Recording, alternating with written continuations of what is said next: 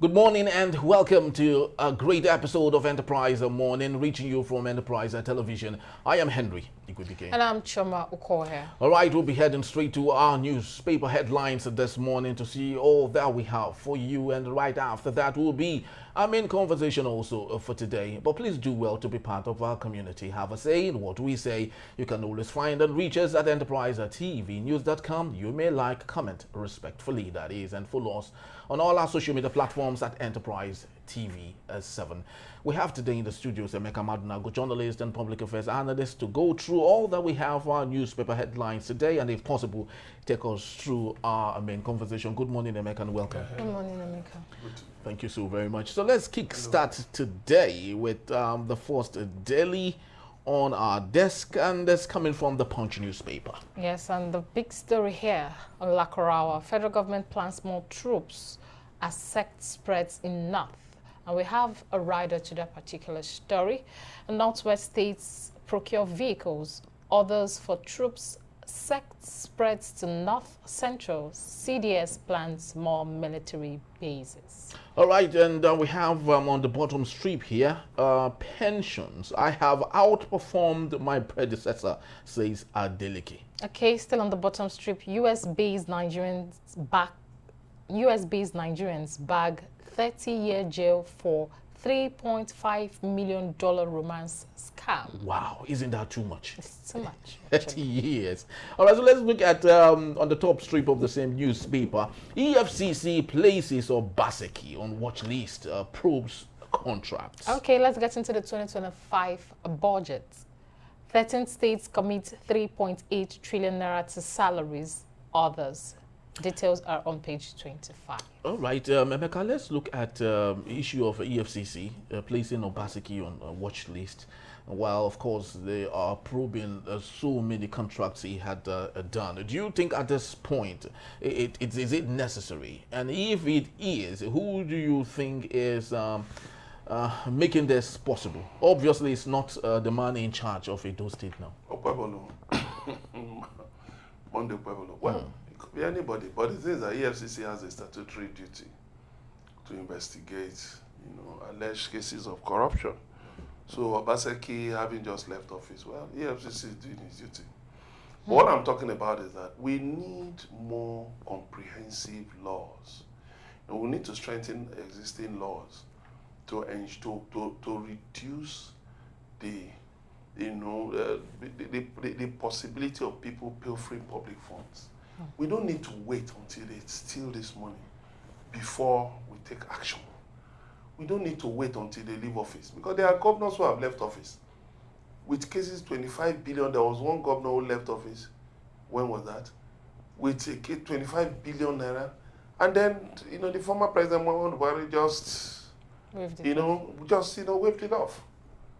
Former chairman of APC, Madam Shoshomole, who is now a senator, was captured on TV on video saying that once you join APC, your sins are forgiven. Okay, so, now, with this thing you're saying now, can you still say that EFCC is doing its job when all these other persons who have even done worse than what Obaseki have done, and he's on the watch list? You see, the funny thing, EFCC, before Obaseki left, they picked the accountant general. That was it 13 billion disappeared from Swiss Treasury. And then Obaseki's government said that this was something that had been done. This was, this was a transaction that was prepared and done. So it's not as if anybody was stealing any money anywhere.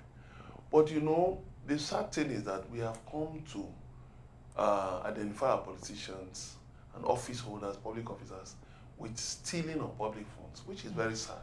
So everybody that leaves the office of governor must be investigated for corruption.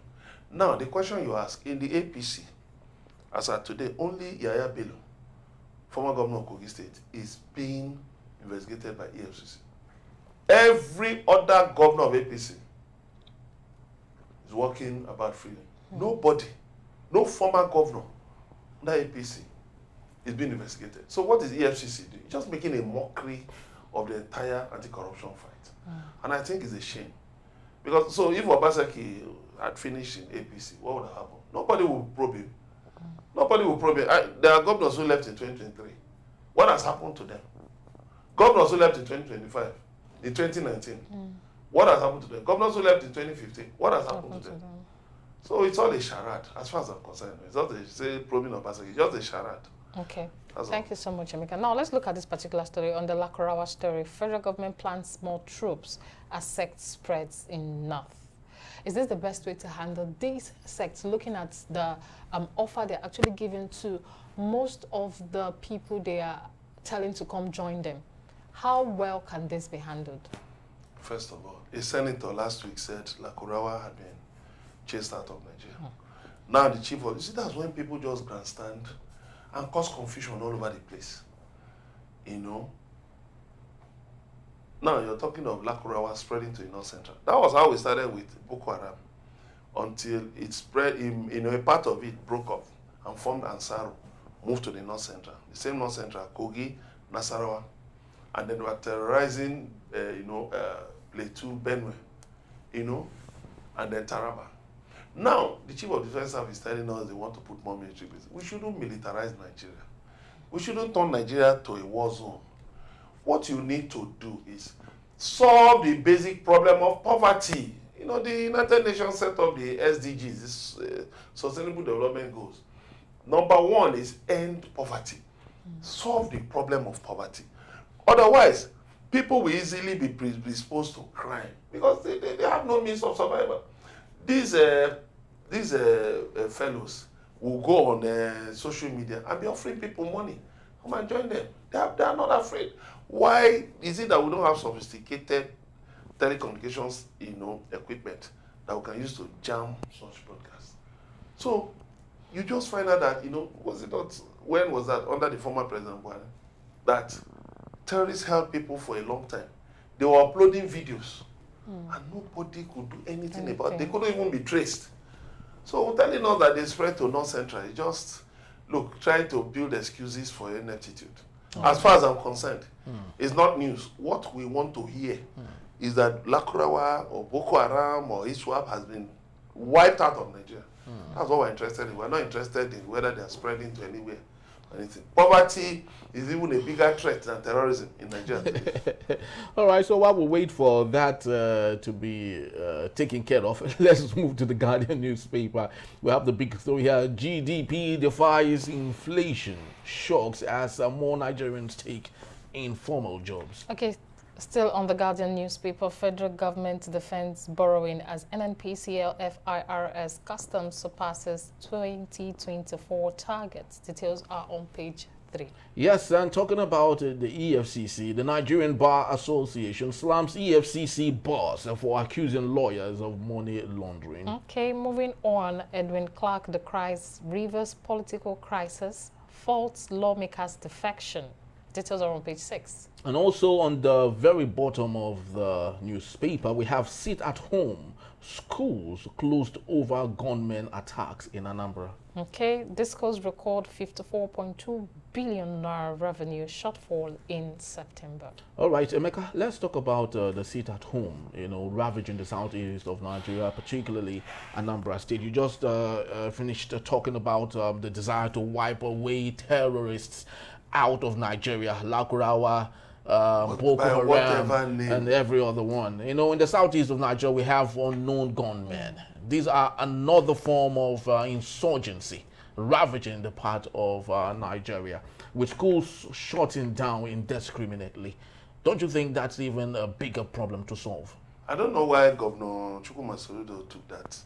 Actually, why will you shut schools? Why? Because of some brigands running up and down. So you mean safety is not the first? Look at his colleague in Abia, Ale Soti, here. After some brigands went to attack a military checkpoint, he said, I will take the fight to you. Yesterday, a large column of soldiers attacked their base somewhere, around the Isia Langos. Attack their base, engage them in a fight. That is what we want to see. Take the fight to them. Don't be saying you are shutting schools. For how long will you shut schools? You have shut down courts. Courts in the southeast have been shut down. You've shut down many police stations. For how long will you give in to criminality? These things are just, you just wonder, what is going on? What's going on? A group of people will just be in a car, go up and down and shoot people and go away. They will pass through police checkpoints. Come on. Look, if people in all these offices, security agents, any security agencies cannot do the job, let them just resign. So that government can find people who are capable of doing these things. Algeria defeated insurgency. Algeria defeated Yes, insurgency. defeated insurgency. Sri Lanka defeated insurgency. Colombia defeated all these cocaine gangs and the rest of them. So what is it in insurgency that we cannot defeat? That's why I said the bigger problem is poverty. You must first defeat poverty before you defeat terrorism. Because let me tell you, nobody, people will not just move into terrorism. You may have some fringe elements, who do that, like, for instance, you had some people in the West, the Western nations, who left and went to join the Taliban and so on. Those are fringe elements. But not en masse, whereby somebody can just go on to TikTok and be brandishing money. Of course, what do you expect? People will respond now because they are hungry. But if you can defeat poverty by whatever means, defeat it. Let money flow. Let stomach infrastructure be well entrenched. Okay. Let people see food to eat. Let prices of food items come down. Let there be jobs. We just talked about you just mentioned the headline of the NBS, the National Bureau of Statistics, talking about that unemployment has gone down to 4%. That is just ridiculous. What kind of employment? You see, that is where people think, some of these people think we are stupid. What kind of employment? A security man earning 25,000 a month. Is that an employment? Would you call that a job? Do you know it's so bad that it is said that there are many Nigerians who cannot get an hour of job in Nigeria. 1 hour a day, just 1 hour a day of job. There are many of these Uber drivers, Bolt and the rest of them, Lakurawa and the rest, who move around, and they cannot get anybody booking them. So, will you now say they are employed? Okay, Mr. XYZ has left home, driving his Uber. They say, he has gone to work. And the man will bomb fuel running all over the place. The next thing, the man starts in kabu-kabu. Because he cannot get, anybody to any ride hailing now. So he will now do kabu-kabu from here to here. At least if he can get 500 naira, and get like 4 or 5 people in his vehicle, that's 2,000. Thank you. Even if he can't get money to buy fuel, but at least he can see food to eat. Maybe buy a loaf of bread and take home so that the wife will open the door for him. Okay, now talking about this now, and let's just chip this in, and in maybe 60 seconds, you just or in 1 minute, the federal government defends borrowing as NNPCL, FIRS, customs surpasses 2024 targets. Is this enough reason to defend borrowing when we have not even implemented anything with the ones that have been borrowed? You see, borrowing is not bad. True. For a government, for a company, for a business. Borrowing is not bad. Just like subsidy is not bad. But in Nigeria, we try to overreach ourselves. But where it is bad is this. What is the purchasing power of the people? Because the money you're going to make will come from the people through taxation. People who cannot get food to eat, how do you tax them? Secondly, your revenue, NNPC, FRS, in what? They surpass revenue in what? Naira. N-A-I-R-A. And you are borrowing in what? Dollars. Come on. You can surpass any target that is in Naira. But you are borrowing in dollar that you have devalued your Naira by over 140%. How do you want to meet up? That is why you need to keep. That's why Tinubu has gone to borrow 2.2 billion now to shore up the deficit for 2024. How they are going to fund 2025, they are not yet sure. So you see, it's not just about borrowing. Borrowing for what? I told you, look at the issue of China. The same time in 2022 when then President Muhammad Buhari, did ways and means of 23 trillion, unexplained borrowing from the central bank.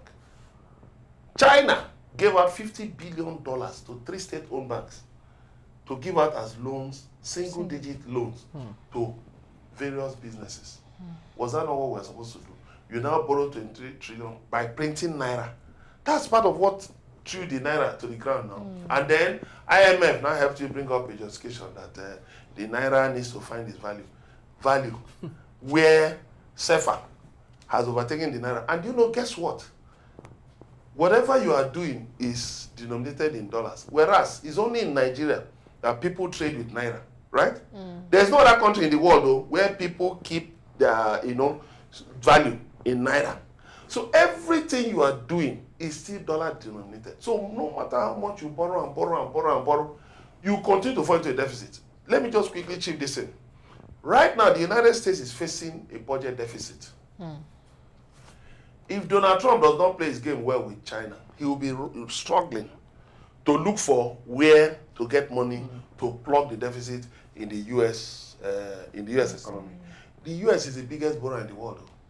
The United States is the biggest borrower. It's the biggest importer. You know, when we talk of importation in Nigeria, and we're import dependent, as if it's a crime. But the U.S. imports more than you do. Thank you so But much. at the end of the day, what matters? What do you do with all this money you borrow? And then how do you build your economy to make sure that it can generate the money? Then one other thing, just quickly, you must do something about the value of the naira. Trading the naira at 1.7 is just a joke. You must find a way to get the naira back to at least 750, or else all this borrowing and surpassing target is just a joke. Thank you so All much. right. Emeka. Very, very interesting, if you ask me. Very Yeah. interesting. Thank you so very much, Emeka. Thank you so very much much. Yes. for your time. All right, that's just about the size of our package for this particular segment, and we'd love to say thank you to you. Thank you. Yes, but And when we return. when we return, Tinubu struggles amid pattern of unprepared leadership coming from Bishop Coker. We'll be right back shortly. Just stay with us. Yeah.